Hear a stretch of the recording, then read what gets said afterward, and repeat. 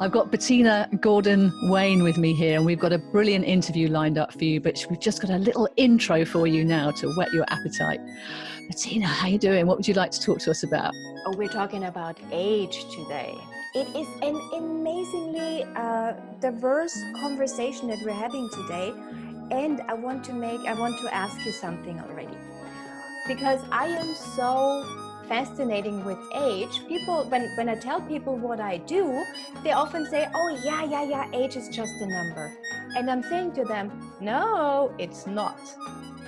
Age is, if you really think about, age is a number that you and I and all the other listeners are attaching a story, an emotion, and a consequence to. This is not just a number. We all have in our minds a number, that signifies to us, oh, I'm getting old. Oh, I can't do this anymore. Oh, I missed my opportunity, because we have a story that we attach to a number. And with that story, when you tell yourself the story, is an emotion. And the emotion is usually one of anxiety, maybe fear, disappointment, so we attach to that number a certain kind of emotion that's triggered in our body and a consequence to it. And the consequence usually is, I can't do this anymore, or I don't even want to try because most likely I'm going to fail. So this conversation is so important, and I want to ask you, dear listener, dear viewer, what is the story, the emotion, and the consequence that you are attaching to the birthday that you're having this year, in 5 years from now, in 10 or in 20 or in 30? This is the conversation to be had, because these are just stories. And stories can be retold in a very, very different way. And that's what we're doing today.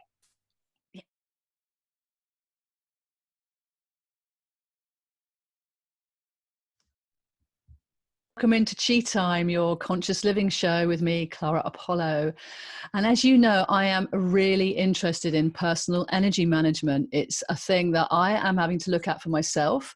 And also it's the topic that I often find myself talking about to my fellow entrepreneurs and mavericks.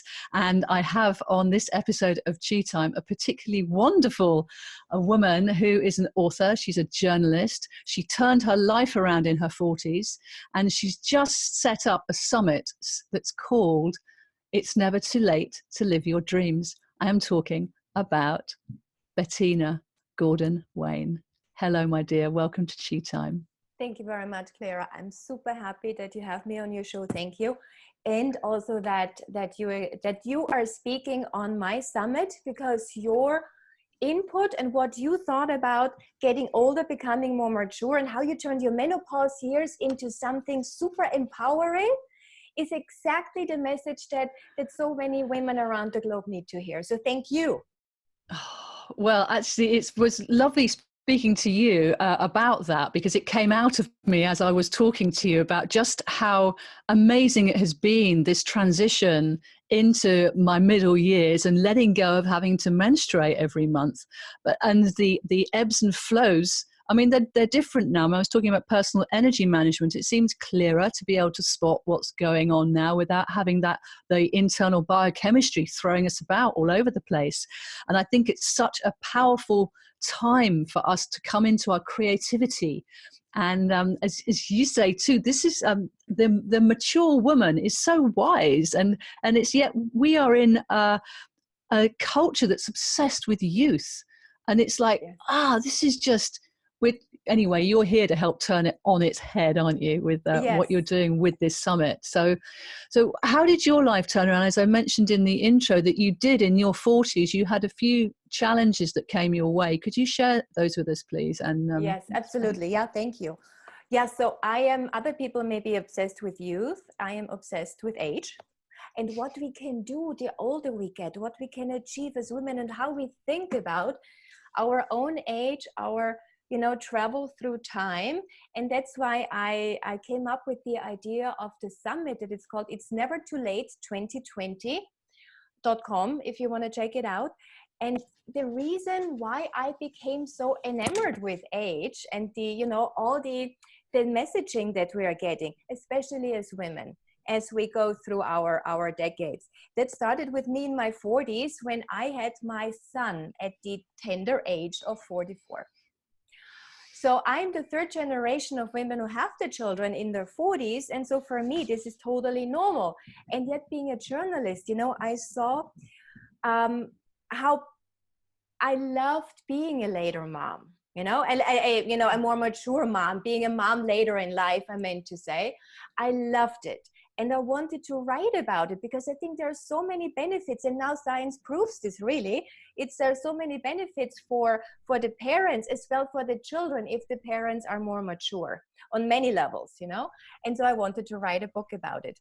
And what I did, so I had my son, his name is Hunter. He was about 6 weeks old. I had him in the crook of my arm, you know, was sitting on the couch in Washington, D.C. It was the spring. And if you ever been to D.C. in the spring, you know, D.C. is full of cherry blossoms, pink cherry blossoms, you know, and I'm sitting on the couch with my baby, and I am so full of love and gratitude for my life because I am a mature woman who had a life before I had my baby, so I could really, really embrace motherhood. And I wanted to write a book, and so I have my baby in my arm, and I reach over with my other hand and open up the computer to start my research. And then I did what I'm sure every single woman around the planet who wants to have a child later on in her life does. I Googled. I made the major mistake already. And we do it in all kind of areas of our life. We ask Dr. Google for advice. Oh, so, can I just pull you up on that? I am now refusing to use the word Google. Oh, really? Why? Because we are researching. Why are we always saying that we're Googling something? Do you see how that has come into our vernacular? And I won't even use Chrome. I will rarely use Gmail and Google because I just don't trust them. I think when we're researching, I always use the Ecosia search engine for that.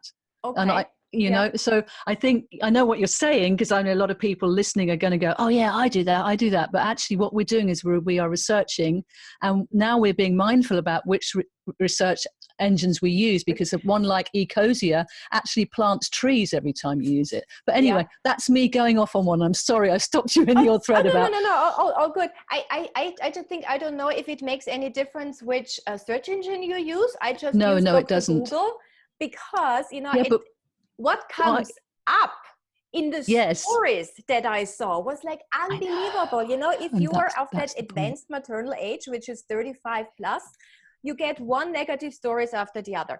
That your fertility drops at 35, falls into free fall at 40, that there are so many risks associated just with the maternal age, that, you know, like one after the other.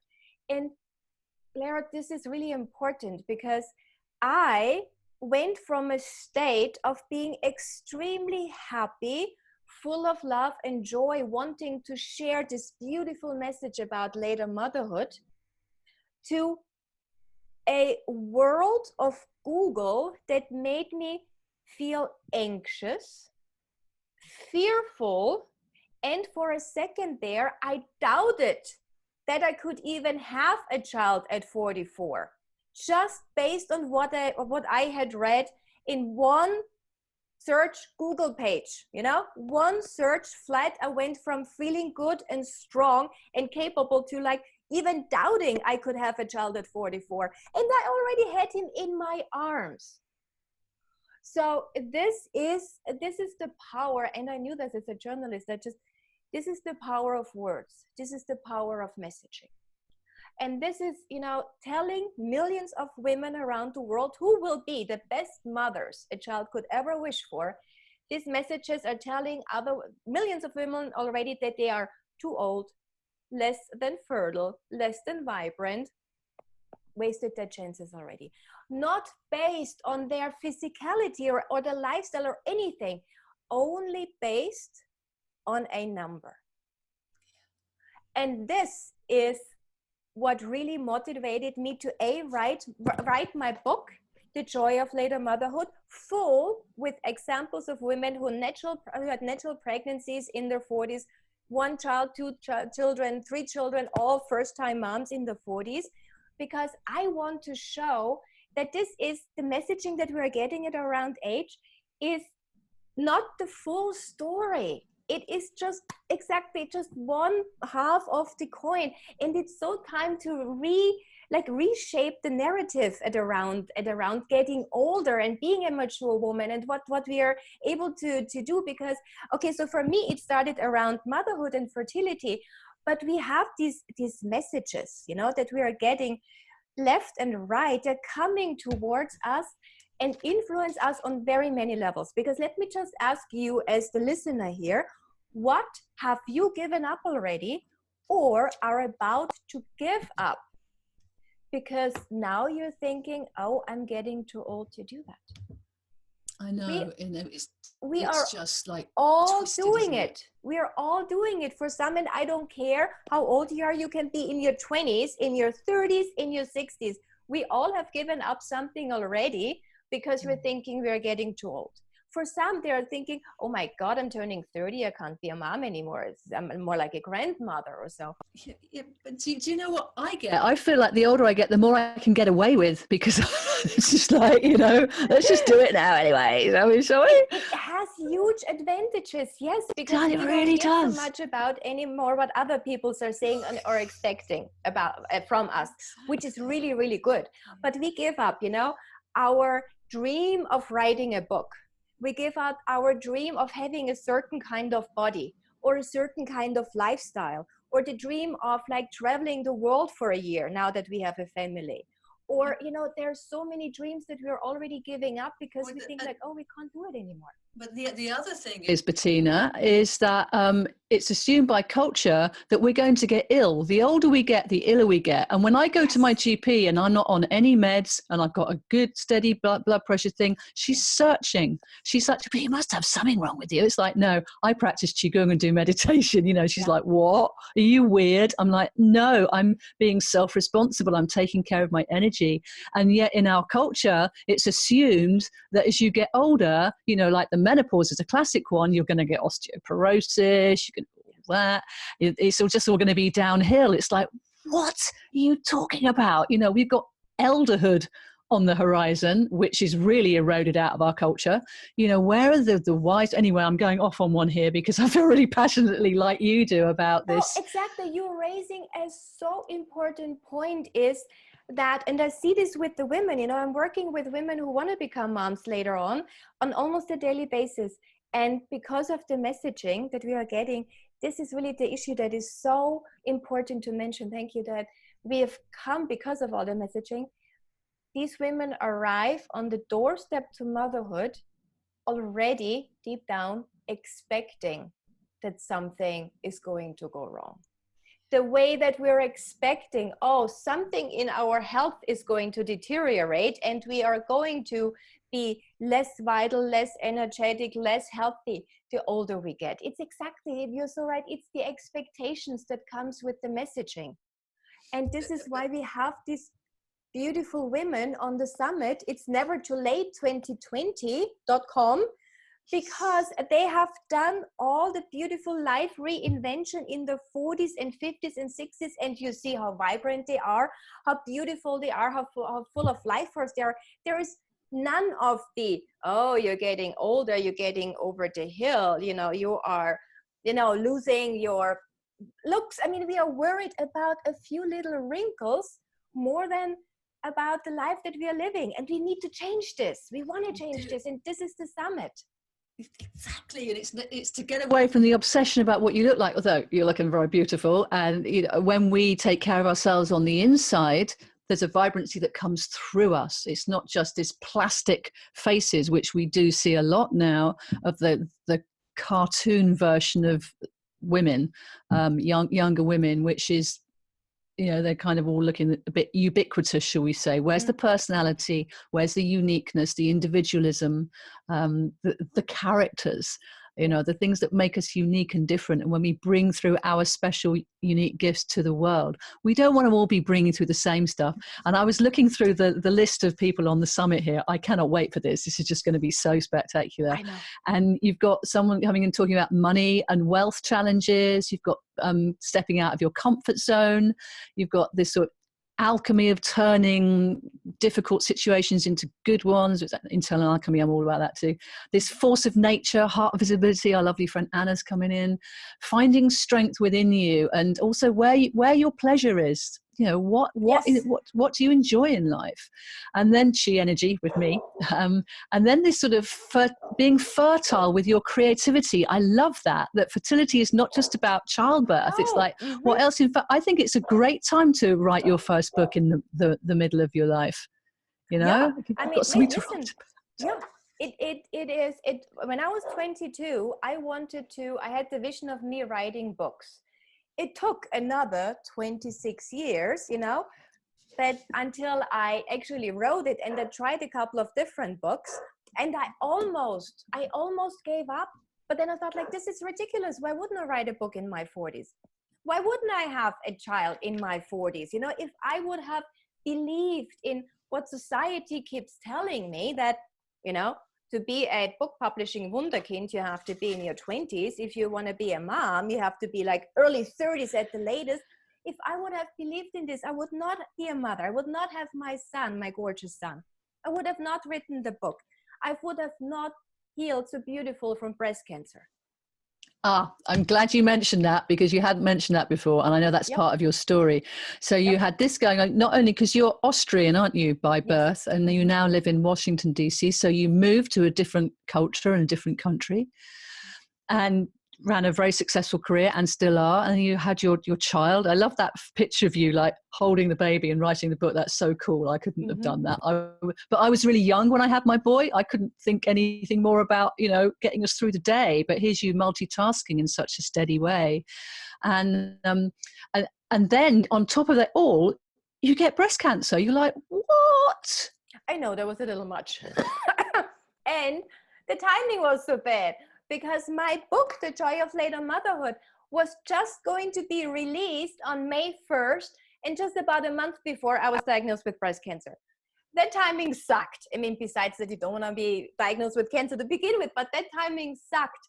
And yet, listen, I mean, when you have a challenge that is such a health challenge that is so big like this, a lot of people would then think that, okay, this is like my lot in life, that I will not be completely healthy again, or there's always a little bit the fear, that the cancer, whatever, could come back, and that it's not going to get better the older I get. And I had a completely different view. And I just like, no, I am going to be better, healthier, stronger, and more forceful after my challenge in 2018. And I think you can hear it in my voice. It's really true. And I think this is a really key point, Bettina, because if you can overcome challenges, the strength you get from that, no one can take that away from you. Yes. And here is a point that I really want to make, because we all live, not we all, but I think many of us live a life that it's not completely maybe what we want. There's something out there, a dream, a desire, something that we want to do. And this is my deep, heartfelt other reason for doing the summit. I strongly believe that the most important thing that we can do for our health and our happiness is to live a life that we truly enjoy, and that we do work that we are called to do, that we are really stepping up and going for our dreams. Because I tell you something, so my cancer diagnosis is not even 2 years ago. But what I am doing, like organizing the summit, having interactions with you, Clara, and the other 23 beautiful women, the speakers, all of this is the work that I really feel so strongly called to do. And this is part of my healing journey. This is the help, this is the healing, this is the vibrancy, this is the energy, this is the love that's coming through into me, through me, into the project, and this is healing me. This is part of my healing journey. That's why I think it is so, so important that we, all of us, we go for our dreams, that we take the steps and make that connection to the desire and the dream, because we dream and have the desire because it is in our reach. You can do this. It is in our reach. Otherwise, you wouldn't even have the desire to begin with. Exactly. So But doing this is just like, oh. So that brings up the topic of value and self-worth, that you are absolutely right to have your dreams and desires. You are worthy enough and more to bring them through, and nothing, you shouldn't let anything, or certainly nobody else's opinion of you, get in the way of what is burning through your heart to be birthed into the earth at this time, because we need these heart-centered maverick warrior women and men as well, but particularly we're on the women's course here, is to be birthing our truth at this time, because we're here to heal ourselves and our planet and our communities. Yes, yes.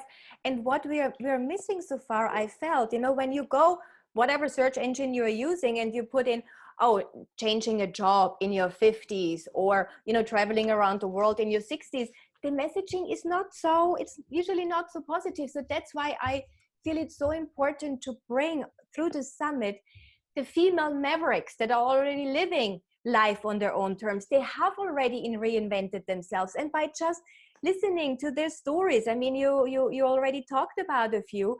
These are all women that have reinvented themselves. They're not just experts in what they do, they've also lived it. And so having these examples of the women is so beautiful and so inspiring. And this is what I wanted to bring to the audience. So please join us. It's nevertoolate2020.com. Please join us. It is going to be an amazing event starting March 1st. For 8 days. March is Women's History Month, and we're finishing up. The grand finale is on March 8th, Women's International Day. I love it. I love all this divine timing supporting what you're doing. And so this is the website that people can go to pick up information. Yes, and please. To go to the website. It's nevertoolate2020, as in numbers.com. Yeah. Please go there, sign up, become part of the community, and we'll release the first interviews on March 1st. And I can't wait, because it's like, I want to have also this community of women coming together, supporting each other in our desires and in our, dreams, in our health, in our, maturity, in our wisdom. It is all the so that we are. All the goodness that we are. And it's so supportive to hear and be part of something where women are supporting women, and there's other women doing similarly to what I'm doing and what you're doing. And it's like, oh, we are really starting to grow a tribe here. And have we got a Facebook group going on? Is this going to continue? And and people can get access for free and then sign up and that kind of stuff. What do we got? Different levels and layers. Yeah, exactly. It's a free virtual summit. The interviews are all live for about 48 hours, and then the grand finale on the 8th. Everybody's interview is live. And then, of course, I do understand also that people may not be able to listen to exactly the interviews every day as they come. So there's also then the opportunity to purchase the interview bundle, listen to it whenever you want. Make an appointment with me for just a 30-minute conversation. I'll give, this is also very important to me, to give back. So a pretty significant amount of the proceeds will go to a nonprofit that I care about, that frees children from modern day slavery. That is, absolutely, that is so important to me. So that's all part of the package. And I think, we women, exactly, so it's about supporting each other, then having the Facebook group where you and I, we can interact with the participants, and having continued conversations. This is when I love technology, to bring women from around the world together. Like, the speakers are really from around the world, from America to Australia and in between. And it feels like ancient sisterhood being reconnected through modern technology. And that part I really love. Can we just sit with that? Because that just sent a really deep ripple through me. Ancient sisterhood reuniting. Yes. Wow. Bettina, thank you so much for doing what you're doing here. I'm so happy. Look, it makes me so alive. So it's like it's my joy. It's my And I'm honored to be part of your summit. Thank you for asking me. Thank you. And thank you for being part of Chi Time. Thank you. I really appreciate it. I love it. I'm so glad that you're a part of my life now. Thank you. Yay. You're welcome.